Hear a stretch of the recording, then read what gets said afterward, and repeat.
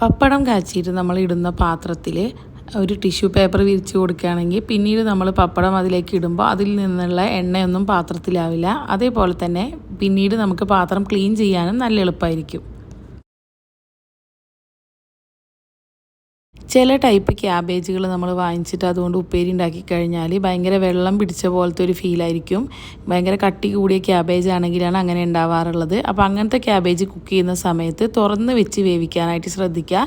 തുറന്ന് വെച്ചിട്ട് തീ കുറച്ച് വെച്ച് നമ്മൾ ഇളക്കി ഇളക്കി വേവിക്കുകയാണെന്നുണ്ടെങ്കിൽ നല്ല ടേസ്റ്റായിട്ട് തന്നെ നല്ല രീതിയിൽ വെള്ളമൊക്കെ പോയി കിട്ടും.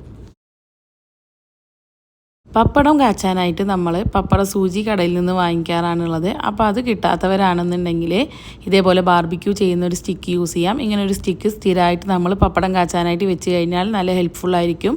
അതേപോലെ ഇതുപോലെ മരത്തിൻ്റെ പിടിയുള്ളതൊക്കെ ആണെന്നുണ്ടെങ്കിൽ കൈ ചൂടാവുന്ന പ്രശ്നവും ഒഴിവാക്കാനായിട്ട് പറ്റും.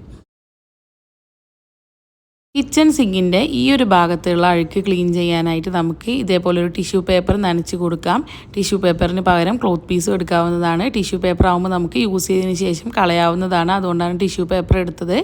എന്നിട്ട് ഇതേപോലെ ഒരു സ്പൂണിൻ്റെ ബാക്ക് സൈഡ് വെച്ച് കൊടുത്തിട്ട് നമുക്ക് ഈ ഒരു രീതിയിലാക്കി കൊടുക്കുകയാണെന്നുണ്ടെങ്കിൽ നല്ല രീതിയിൽ തന്നെ അഴുക്കൊക്കെ പോയി കിട്ടും.